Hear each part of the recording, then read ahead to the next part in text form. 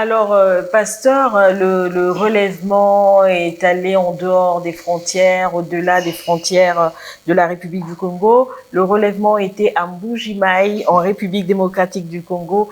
Et cette mission s'est articulée autour de deux grands rendez-vous. La conférence des leaders qui avait pour thème le mandat divin et la grande campagne d'évangélisation dont le thème était à cause du sang. Nous allons revoir les temps forts de cette mission et nous reviendrons sur ce plateau. Pendant plusieurs jours, cette ville de la République démocratique du Congo a vécu au rythme du relèvement. Une mission portée par une même vision, former les serviteurs de Dieu et conduire les hommes à Jésus-Christ. Tout a commencé par la conférence des leaders autour du thème « Le mandat divin, vision, mission et responsabilité ». Des pasteurs, responsables d'église et leaders chrétiens sont venus recevoir un enseignement profond sur l'appel de Dieu, la mission et la responsabilité qui accompagnent le ministère. Vous avez découvert votre mandat, votre mission. Vous connaissez votre appel. Vous avez une vision. Cela ne suffit pas. La première chose à faire, vous devez maintenant commencer à travailler sur vous-même. Quand Dieu nous appelle, le premier travail c'est sur nous-mêmes. Avant de nous lever, avant d'aller dire aux gens, avant de commencer à demander les choses aux autres, nous devons avoir pris le temps de travailler sur nous-mêmes. Amen. Amen. Et c'est ce travail-là souvent qui manque. Jésus les a appelés, mais il les a d'abord travaillés. Quand on prend Jérémie lui-même, le verset 6, Jérémie répondit, « Ah Seigneur, Éternel, voici, je ne sais point parler, car je suis un enfant. » C'est vrai que Dieu t'a choisi, t'a connu avant que tu ne sois dans le ventre de ta mère. Mais pour parler, il faut que Dieu mette ses paroles dans ta bouche. Au fil des enseignements du révérend Gustave Ambedze, visionnaire du relèvement, une conviction s'est imposée. Le ministère ne commence pas devant les hommes, il commence dans le cœur de Dieu. Je t'ai formé. Dans le ventre de ta mère, je te connaissais. Bien-aimé, Jérémie aujourd'hui est le type de tous les ministres de Dieu. Il n'y a pas de mandat, s'il n'y a pas de vision, s'il n'y a pas d'appel. On ne peut pas se lever et commencer à parler d'un Dieu qui ne nous a jamais appelés. Dans les choses de Dieu, il n'y a pas de volontariat. Quand il s'agit du ministère, on n'a pas le droit de parler de Dieu quand on n'a pas écouté Dieu. Si Dieu t'a appelé, qu'est-ce qu'il t'a dit? C'est quand tu as écouté Dieu que tu peux parler de Dieu. Si Dieu t'a appelé, c'est qu'il t'a montré quelque chose. Si tu n'as rien vu, tu n'as rien à montrer aux gens. Si Dieu t'a appelé, il t'a donné une mission et tu as une vision. Si tu n'as pas de vision, tu es un homme dangereux. Parce qu'on ne peut pas suivre quelqu'un qui ne sait pas où est-ce qu'il va. La vision nous donne la direction. Il faut faire attention de suivre quelqu'un qui ne sait pas où est-ce qu'il va. Et bien aimé, l'église, les gens ont le droit. Et ne vous énervez pas si on vous pose cette question. Les gens ont le droit de nous demander qu'est-ce que Dieu vous a dit et qu'est-ce qu'il vous a montré. Ils peuvent aussi vous poser la question, où est-ce qu'on va?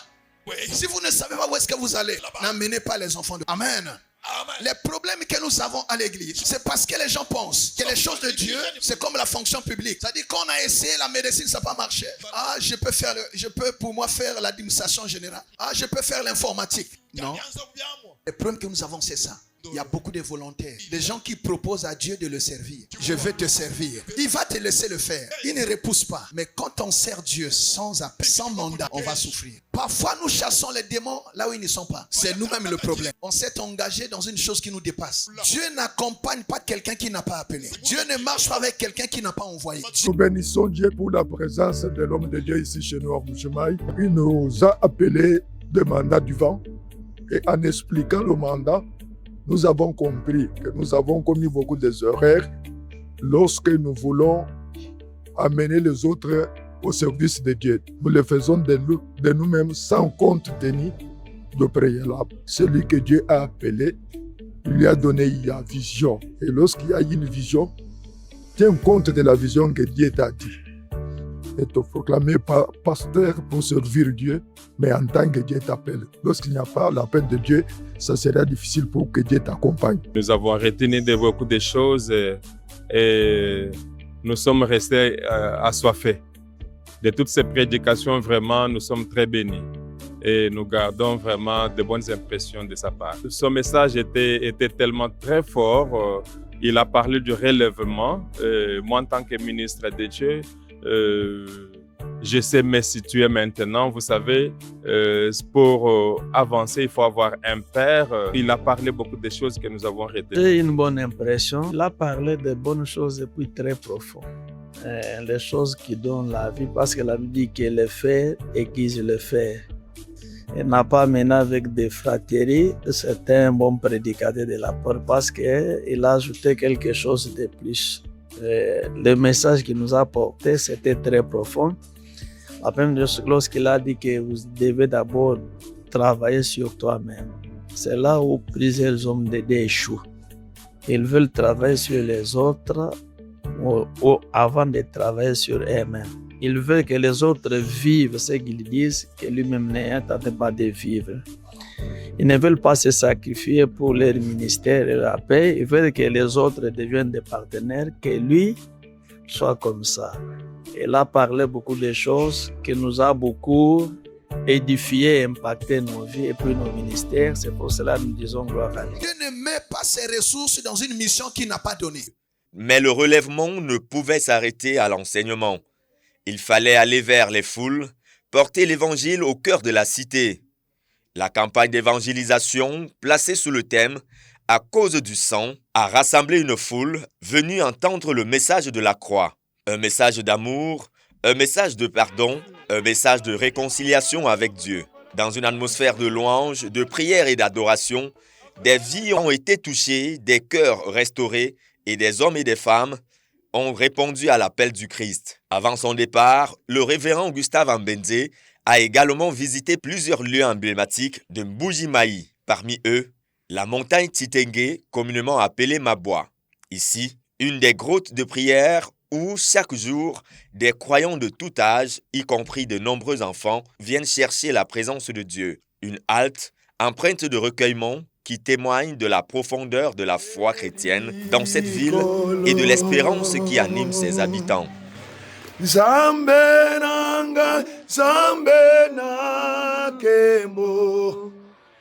Le relèvement était à Mbuji-Mayi, en République démocratique du Congo. Alors, pasteur, vous avez consacré cette conférence des leaders au thème « Le mandat divin, vision, mission et responsabilité ». Quel était le message fondamental que Dieu voulait rappeler à son Église à travers cet enseignement? Permettez que je salue tout d'abord l'église de Mbuji-Mayi. Nous avons été à Mbuji-Mayi, pas simplement à notre initiative. Je crois que c'était la volonté de Dieu qui a touché les hommes de Dieu là-bas, qui depuis quelques années ont pris l'habitude de participer donc, aux éditions du relèvement que nous tenons ici à Brazzaville tous les mois de février. Et ils avaient donc à cœur d'organiser là-bas avec nous cette édition spéciale de relèvement. Et nous avons donc été à Mbuji-Mayi avec une grande délégation. On était presque une dizaine de personnes. Et Dieu nous a fait beaucoup de bien. Et donc en matinée, on avait la conférence des serviteurs de Dieu. Et Dieu nous a permis évidemment de parler à ses serviteurs. Et nous avons été fortement impressionnés par l'intérêt que cela a suscité. Il y avait une grande affluence et on a eu 2 jours de conférence de leaders et nous n'étions pas seuls. On était avec un patriarche, l'apôtre Crispin, que nous saluons et avec qui on a donc partagé ce moment de cette conférence. Le mandat divin, on s'est appuyé sur ce que Dieu a fait avec Jérémie. Nous avons vu dans Jérémie que le mandat, pour rester sur le mandat des ministres de Dieu, que ce mandat, nous le recevons de Dieu. Et le Seigneur dit à Jérémie, alors que tu n'étais pas encore né, pour faire simple, mais je t'avais déjà connu, avant que tu ne sois formé dans le ventre de ta mère, je t'avais déjà consacré, je t'avais établi. Et personne ne sait ça. Et ça, c'est le verset 5 de Jérémie 1. Au verset 10, il dit, voici maintenant, je t'établis. Donc, il y a la partie qui est totalement divine que personne ne peut voir. Donc, une élection divine. C'est par la grâce de Dieu. Ça ne dépend pas de nos œuvres. Ça ne dépend pas. On n'aura pas eu le temps de convaincre Dieu de notre bonne conduite et tout. Ça, c'est l'élection de Dieu. Voilà, c'est Dieu qui qui nous établit sans même se référer à nos parents. Voilà. Et quand nous naissons, à ce moment-là, quand nous portons donc cette grâce sur nous, elle est reconnue. Puis finalement, nous venons à servir Dieu suivant le mandat. Parce que le mandat est divin, mais la vision, elle doit être divine. La mission aussi, elle est divine. Mais les axes sur lesquels on a surtout insisté, c'était montrer la part de l'homme. Parce qu'il ne suffit pas d'avoir un appel divin. Il suffit pas d'avoir, une vision divine. L'appel peut être authentique, la vision peut être vraie, on peut l'avoir reçue de Dieu, mais l'homme a sa part. Il faut que cette vision, il faut que cet appel, c'est comme ça que je crois qu'on l'a dit pendant cette conférence, on dit que la plupart des problèmes que nous avons, ce n'est pas au niveau de l'appel, ce n'est même peut-être pas au niveau de l'onction, mais c'est au niveau de notre personne, au niveau de notre caractère. Souvent, c'est notre caractère, c'est nous-mêmes qui sommes notre principal problème. Donc, il y a des gens qui peuvent échouer avec un mandat divin, avec un appel authentique, avec une vision venue d'en haut, mais ils échouent sur la terre. Ce n'est pas que Dieu les a abandonnés, mais ils n'ont pas fait leur part, ils n'ont pas créé les conditions pour que ce que Dieu a mis en eux s'exprime valablement. Vous allez voir que avec le même appel, il y en a qui se distinguent, il y en a qui font naufrage. Avec parfois la même vision, il y en a qui réussissent et il y en a qui échouent. Qu'est-ce qui fait donc que il y en a parfois dans le même environnement, même génération, même diplôme, il y en a qui échouent et il y en a qui réussissent. Ceux qui réussissent ont certainement un secret, mais ce secret finalement, c'est un secret de Polichinelle parce qu'il est à la disposition de tout le monde. C'est quoi? Et on a surtout insisté sur la discipline. Vous avez des gens qui ont un appel qui ne sont pas disciplinés. Vous avez des gens qui ont un appel qui n'ont pas pris le temps de travailler leur caractère. Vous vous employez à transformer les autres avec vous-même, vous n'êtes pas transformé.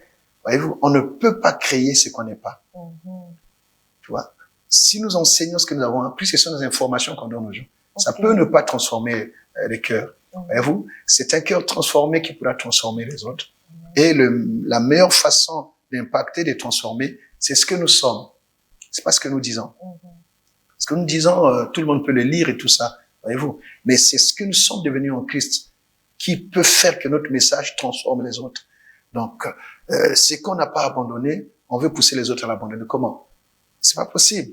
Voyez-vous, donc c'est comme je le dis souvent dans mes sermons, on veut montrer aux gens une voie qu'on n'a jamais pratiquée nous-mêmes. Faites ce que je dis, mais ne faites pas ce que je fais. Voilà, c'est pas juste. Voyez-vous, on veut pousser les gens à manger un plat que nous on n'a jamais goûté, qu'ils n'ont jamais goûté. C'est pas normal.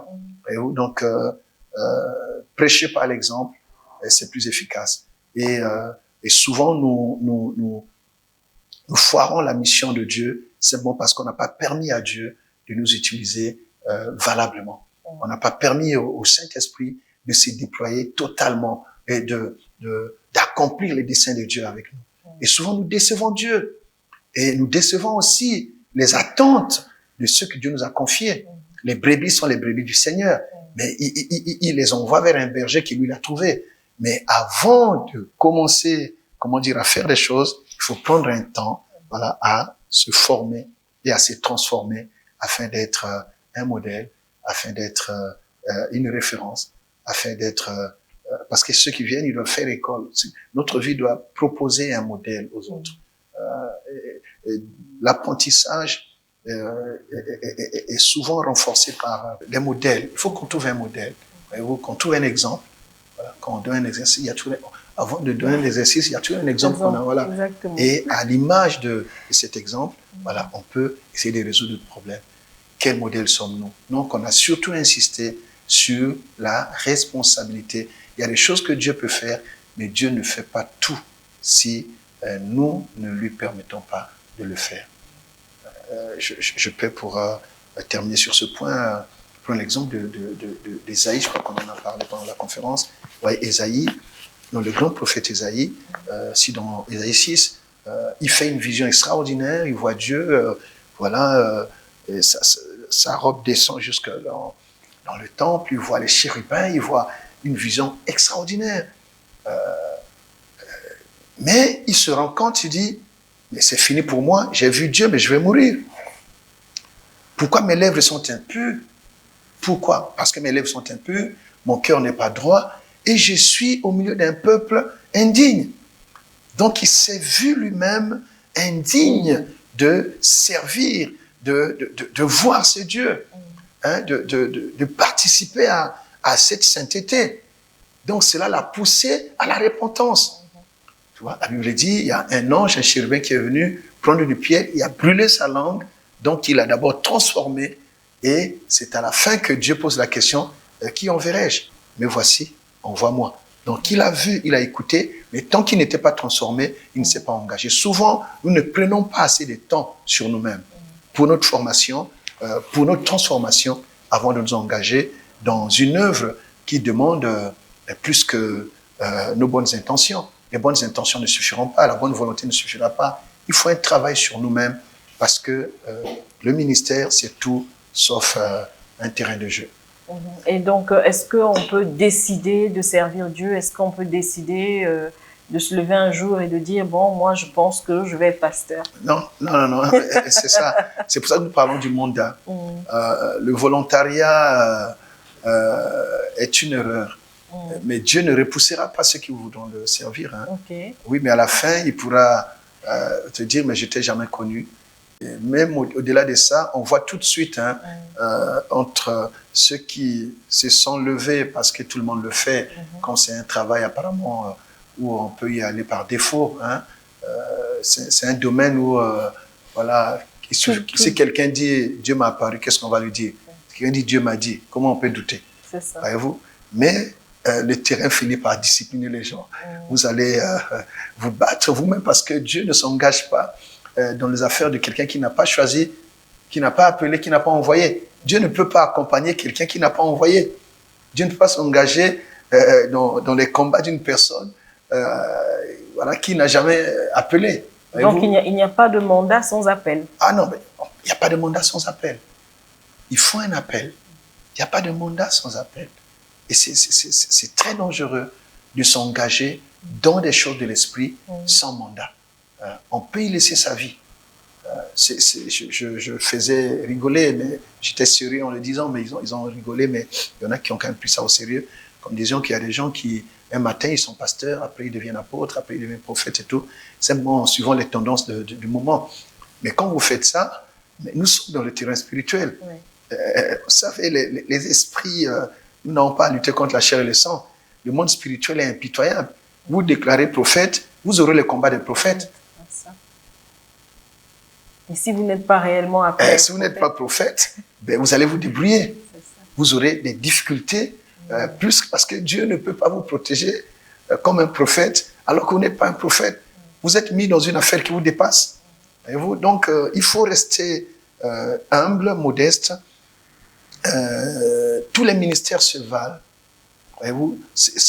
Les gens se battent pour des positionnements, la recherche de la vaine gloire, occuper les premières places, besoin d'être reconnu, besoin d'avoir un certain leadership. Et c'est une faiblesse aujourd'hui. C'est pas, je l'ai dit pendant cette conférence. Il y a des enseignements aujourd'hui à l'Église qui ne font plus des disciples, qui ne font plus des... Et quelqu'un qui n'est pas disciple ne peut pas être maître. Pour être maître, il faut avoir été un bon disciple. Pour être un père, il faut avoir été un bon fils. Voyez-vous, donc c'est ça. Et malheureusement, on a des enseignements, on veut fabriquer des leaders. C'est surtout le leadership aujourd'hui qu'on enseigne à l'église. Donc même un enfant qui vient aujourd'hui veut déjà être leader. Mais il n'a pas eu le temps d'être serviteur. Il n'a pas eu le temps. Jésus n'a pas envoyé des gens qui n'ont pas d'abord été serviteurs et disciples.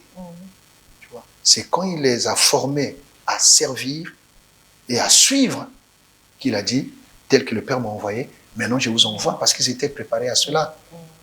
Souvent nous envoyons quelqu'un qui ne t'a pas suivi, tu ne peux pas l'envoyer. Quelqu'un qui ne t'a pas écouté, il ne peut pas te témoigner. Voyez-vous? Et ça, c'est ça le problème de l'Église. Voilà. On veut tous être des leaders, on veut être y a des enseignements qui sont importants, mais quand ils sont mal donnés, ça crée des problèmes. Les enseignements sur le leadership, ça peut fragiliser l'Église quand c'est pas bien enseigné, quand c'est pas bien compris. Les enseignements sur la royauté, hein, c'est pourtant authentiquement biblique. Hein, c'est Jésus qui nous a fait roi et sacrificateur. Mais si c'est pas bien expliqué, quelqu'un qui vient, il n'est pas encore transformé, il veut déjà être roi.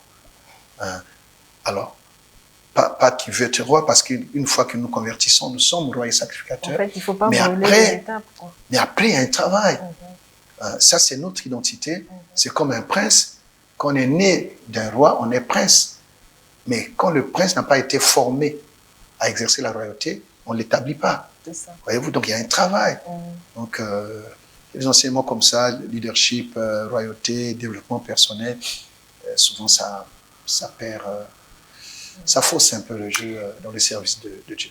Et à Mbujimaï, comment vous avez trouvé l'église de Mbujimaï? Quel a été l'accueil, l'attente de ces hommes et ces femmes de Dieu? Bon, il faut être honnête, hein, il faut être honnête pour dire que, évidemment, quand on arrive, il y en a qui voulaient bien voir, voilà, qu'est-ce qu'ils vont, voilà. Il y en a qui sont venus par curiosité. Mais ce qui est important, c'est la fin. La fin, on a vu que tout le monde était content. Les gens ont reconnu qu'on leur avait apporté le message de Dieu. Il n'a pas s'agit vraiment de parler de notre personne. On n'a pas été là-bas parler de ce que nous sommes, de ce que nous faisons. Voilà. L'attention était sur le Seigneur et sur la mission que nous avons. La mission que nous avons qui est importante, parce que l'Église est ce que sont les anges qui la dirigent. Voilà. Et quand le Seigneur a voulu parler à l'Église, il s'est adressé aux anges. Lettre à l'ange d'Éphèse, lettre à l'ange de Laodicée, lettre à l'ange de Philadelphie. Vous voyez, donc c'est ça. Donc nous, l'accueil a été bon, et une anecdote, un homme de Dieu d'un certain âge qui a bien implanté dans la ville, et un jour il a tout laissé et il a été là pour nous conduire. Ce sont des actes d'humilité. Ça m'a beaucoup touché. Et on a eu des bien-aimés qui étaient là, qui sont occupés de la délégation, les sœurs qui étaient là à la disposition de l'équipe. C'était merveilleux. Les pasteurs nous ont servi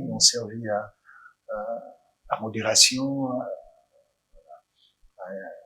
qui m'ont interprété beaucoup de choses. Le corps de Christ était mobilisé. Et pour preuve, voilà, ils ont réclamé avoir leur édition de Relèvement chaque mois de juin. Bon, on prie le Seigneur que il nous aidera. Amen. Mais ça a été la demande qui a été faite. Mais c'est ici l'occasion de remercier le pasteur David Tipongo qui a été vraiment avec le prophète Emmanuel et beaucoup d'autres hommes de Dieu encore qui ont été au four et au moulin pour déjà dans l'organisation de ce travail et aussi pour rendre notre séjour agréable. Nous, on bénit le Seigneur pour cette édition spéciale de Relèvement. Ça ouvre la porte, certainement une série d'éditions spéciales. Nous restons à l'écoute du Seigneur. Je me suis aperçu, et c'est ça j'ai appris après, qu'il n'y avait pas que les hommes de Dieu dans la salle, il y avait aussi quelques responsables. J'ai eu le témoignage d'une sœur qui est à l'église ici, dont son frère était dans la salle, mais de façon anonyme, une certaine autorité là-bas. Donc, nous bénissons le Seigneur. Donc, ce sont des leçons, en fait, qui peuvent être appliquées par tous ceux qui ont une vision, tous ceux qui ont un fardeau. Et je n'aimerais pas quitter ce chapitre sans rendre grâce à Dieu pour les autorités qui nous ont accueillis. Nous avons été accueillis par les autorités de la province. Le gouverneur nous a accueillis, les autorités militaires aussi. On a eu à prier avec ces autorités-là. Nous bénissons le Dieu, ce grand Dieu plutôt pour les bonnes dispositions de leur cœur. Et nous savons que Dieu a béni cette vie. Alors, pasteur, quel moment vous a le plus marqué au cours de cette mission? La conférence avait 2 jours et la campagne avait 3 jours. Oui. Voilà, donc on s'est partagé les 2 moments avec le patriarche Crespin. Ouais. Et non, il faut rester humble. J'aimerais laisser Dieu, voilà, juger de ce qu'il nous a rendu capable de faire. Mais la présence des hommes de Dieu a été pour moi un grand réconfort. Parce que parler aux hommes de Dieu, ça n'a jamais été une chose facile. Surtout dans un milieu où on n'est pas bien connu. Et ça m'a encouragé. Maintenant, la joie, voilà, du ministre de Dieu, du disciple du Seigneur que je suis, c'était de voir les âmes être sauvées, le déploiement de la puissance de Dieu. Parce que quand on parle aux hommes de Dieu, c'est bien, mais après chacun dans son église et tout, c'est une bonne chose. Mais voilà, cet investissement a surtout été valorisé par la campagne d'évangélisation. Il y a eu des guérisons. Il y a eu des guérisons, il y a eu une grande affluence et les messages on a parlé de la croix. Voilà, il n'y a pas meilleur message que la croix à cause du sang. Amen. Et nous-mêmes, en suivant ces messages après, on a béni le Seigneur pour la vérité de l'évangile qui a été proclamée. Merci beaucoup, pasteur. Alors, à la lumière de ce que Dieu a accompli à Mbujimayi, comment vous percevez la suite du relèvement? Quelles sont les perspectives? Alors, les perspectives, vous savez, par exemple, ici au pays, en dehors de l'édition numéro 1, au Wando 2011, Oui. 2011. Oui, 2011. Ouais, voilà, parce qu'il y a eu l'édition au niveau de l'Assemblée, ça on peut appeler l'édition 0, mais Oui. la première édition c'était à l'extérieur de Brazzaville, Mhm. c'est en 2011. Depuis lors, sauf si ma mémoire me trahit, on n'a plus jamais fait de relèvement en dehors de Brazzaville. Ici au Congo. Ah, ici au Congo, Voilà, d'accord. ici au Congo. Mhm. Ici au Congo. Par contre, à Kinshasa, on a été, en France, on a été, À à Mbujimayi, voilà, Lumbashi. Mais il y a un appel de plus en plus dans notre Jérusalem. Voilà. Le Congo nous attend, le Congo nous réclame. Donc ça, c'est dans notre... Donc le prochain relèvement, ce sera peut-être à l'intérieur du pays. Nous prions, nous travaillons, mais nous recevons des appels. La demande elle est forte. Si on peut aller à des milliers de kilomètres d'ici, comment ne pas se rendre à quelques kilomètres de Brazzaville. Donc nous travaillons par rapport à ça. Et nous travaillons sur la logistique parce que ça n'est pas facile. Ça demande une logistique assez lourde. Il y a Pointe-Noire qui demande, il y a Owando qui nous réclame encore, il y a Wesso, il y a Ifondo, en dehors de l'extérieur du pays, il y a Bangui qui nous attend depuis un moment. Donc il y a ça. Mais au-delà de ça, nous avons évidemment le mois de février où nous aurons notre grand relèvement et nous travaillons pour que chaque édition soit un peu plus fast, qu'elle soit meilleure par rapport à ce qu'on a fait jusqu'ici. Donc les missions la charge elle est grande au niveau de l'Église, mais le relèvement c'est un mandat. Voilà, on n'arrêtera pas tant que Dieu nous en donnera la possibilité de continuer d'organiser. Et c'est un mandat, ça nous dépasse, ça dépasse le cadre de l'Église, ça dépasse notre personne. C'est un mandat divin, donc Brazzaville aura toujours son relèvement, à moins que Dieu nous dise le contraire. Et donc le prochain rendez-vous, c'est bien entendu en février 2027. En février 2027. Nous avons les dates, mais bon, on va les révéler au moment venu. Alors, pendant que Dieu étend son œuvre dans les nations ou sur les nations, la vision continue également à prendre forme à Brazzaville. Oui. Nous allons donc quitter ce plateau pour rejoindre le chantier de la Cité du Relèvement. La Cité de Relèvement, voilà, ce chantier qui est quasiment lancé, qui est lancé, et pour lequel nous avons travaillé, nous avons fait lancer solennellement un appel à contribution. C'était le 31 mai 2026. Et voilà, donc on va donc, pasteur, vous nous invitez J'aimerais vous inviter à visiter le chantier qui démarre, parce que voilà, il y en a qui ont dit est-ce que vous avez tout ce qu'il faut? on a la foi et on commence avec ce qu'on a déjà. Merci, Voilà. pasteur. Voilà donc on va- cap sur le chantier, on y va. la cité du relèvement.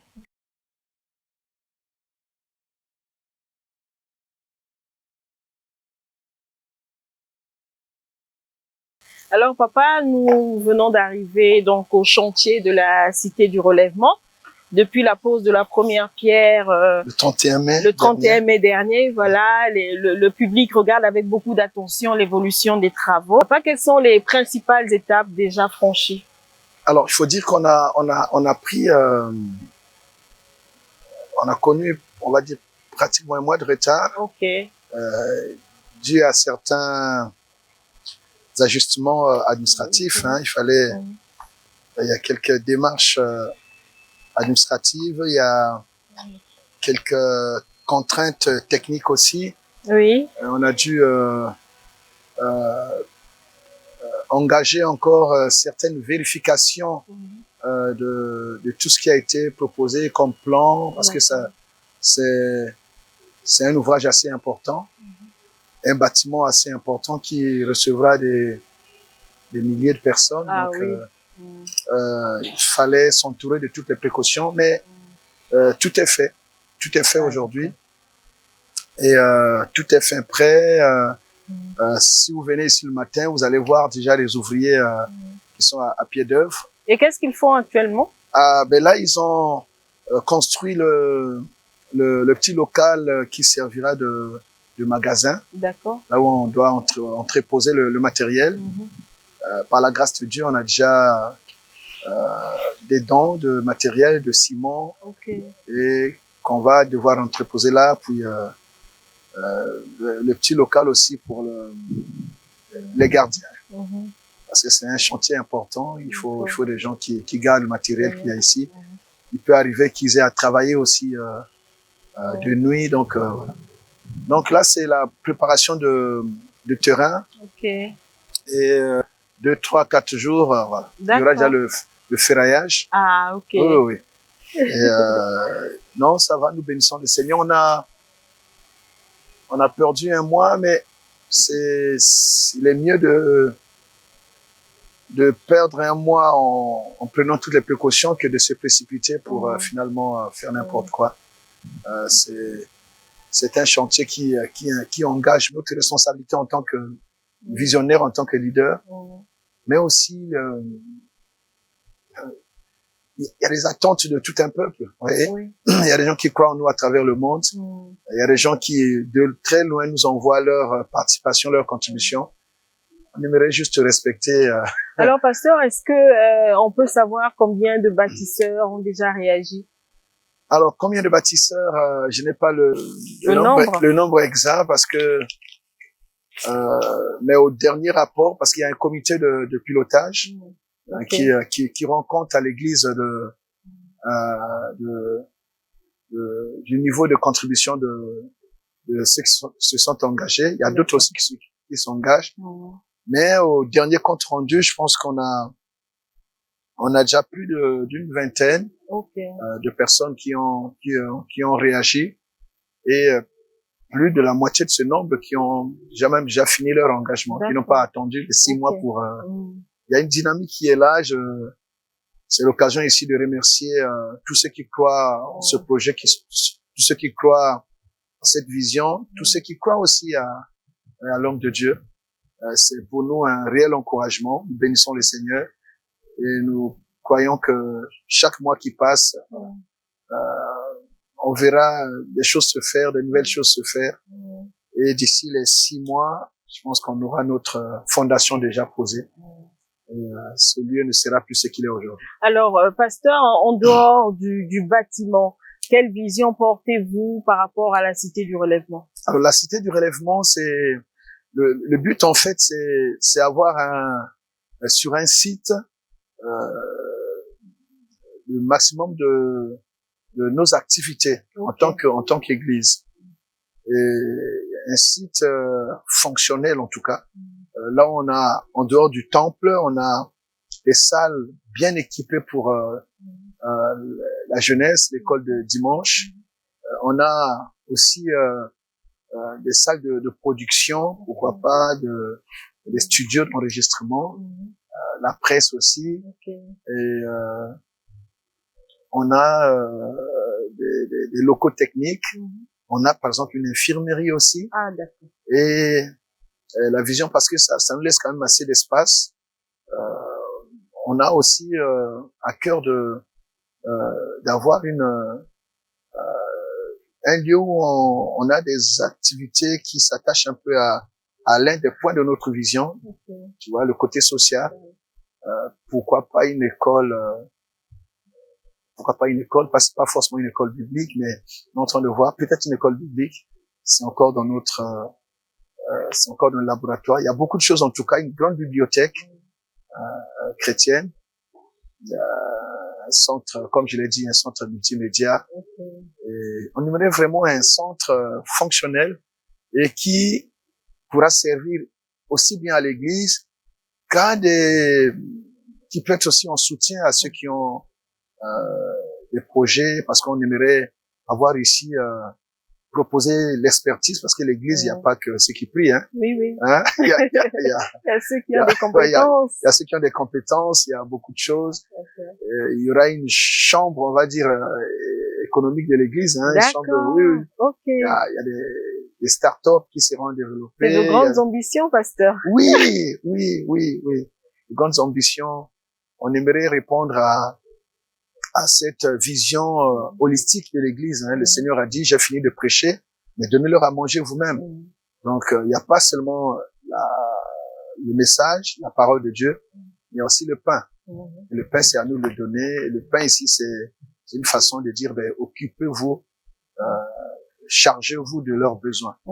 Et l'église doit répondre donc aux besoins des croyants, aux besoins il doit être une réponse aussi aux problèmes de la société. Et pour ça, quand on a fini de prier, il faut résoudre les problèmes. Alors, pasteur, vous avez dit que la fondation prendrait 3 mois. Je pense que... Non, 6 mois. 6 mois, pardon. Cette construction, elle est phasée, il y a plusieurs phases. Voilà, nous avons donc la fondation, les grosses œuvres, il y a la première partie, il y a la fondation, puis après, il y a évidemment l'élévation des murs avec la mezzanine et tout ça. Et après, il y a Et en ce moment, l'appel de fonds qui a été fait, c'est bien entendu. L'appel de fonds a concerné la fondation. La fondation, on veut faire vite, mais on ne court pas, il faut pas courir non plus. Et vous pensez qu'on tiendra les 6 mois? J'ai la foi. Amen. J'ai la foi et on a un grand Dieu. Amen. Dieu nous a déjà montré sa fidélité. Nous pensons que c'est un projet qui est à la portée de la grâce de Dieu. Qu'est-ce que Dieu ne peut pas faire? Amen. Hein? Qu'est-ce que Dieu ne peut pas faire? Voilà, être ici sur le chantier, pour moi, c'est toujours beaucoup d'émotions, beaucoup et pour ceux qui nous suivent, voilà, c'est la maison de Dieu. C'est notre lieu de rencontre. C'est notre lieu de rendez-vous avec le Seigneur. C'est le lieu de solution. Notre lieu où nous manifestons également, comment dire, notre foi. C'est le lieu de l'exercice de notre foi. Amen. Donc c'est une maison ouverte. Quand vous prenez l'histoire biblique, la maison de Dieu n'a pas été construite que par des fidèles qui étaient là. Les apports venaient de partout. On a vu avec Salomon qui a construit le temple, qui recevait même les dons des rois d'autres royaumes, même d'autres nations envoyaient. Hiram, par exemple, le roi qui était l'ami de David, lui a envoyé aussi son apport. Donc, nous restons ouverts. Vous qui aimez les choses de Dieu, vous n'avez peut-être pas le temps de communier avec nous, mais voilà, ça c'est une terre fertile, c'est une terre d'abondance. Nous vous invitons à nous rejoindre dans ce projet. Venez apporter votre pierre à l'édifice, apportez votre bois pour quand ces lieux soient érigés, la maison de Dieu qui nous rendra tous fiers et qui sera une bénédiction pour nous, pour nos familles et pour notre nation. Donc nous vous attendons, venez apporter ce que Dieu vous mettra à cœur de donner. Tout fait nombre, apportez ce que vous pouvez, chacun selon sa prospérité. Et pendant que des vies sont transformées, les travaux du Temple de Dieu, la Cité du Relèvement démarrent. Merci de contribuer pierre après pierre. Merci Révérend Gustave Mbenzé pour avoir partagé ces moments de grâce et cette vision avec nous. Merci à vous également de nous avoir reçus chez vous. À très bientôt pour un autre numéro de Que la lumière soit. Et d'ici à là, demeurez dans la lumière de Christ. Que Dieu vous bénisse et à très bientôt. Rejoignez-nous à nos programmes. Que Dieu vous bénisse. Shalom. Notre Église est un lieu de paix, de partage et de prière. C'est un lieu où nous nous rassemblons, où nous trouvons réconfort et force. Mais notre Église a besoin d'un toit pour mieux répondre aux besoins de notre communauté. Un lieu plus adapté, plus accueillant, où chacun peut trouver sa place. Imaginez une église où les enfants peuvent apprendre, où les jeunes peuvent trouver leur voie, où les aînés peuvent partager leur sagesse. Imaginez un espace où les générations futures pourront grandir dans la foi et l'amour. Votre don, si petit soit-il, contribuera à faire de ce rêve une réalité. Chaque geste compte pour bâtir ensemble l'église de nos cœurs. Un toit pour notre foi. Rejoignez-nous dans ce projet de construction. Ensemble, bâtissant un lieu de vie et d'espérance pour la postérité. Faites un don dès aujourd'hui. Que Dieu vous bénisse.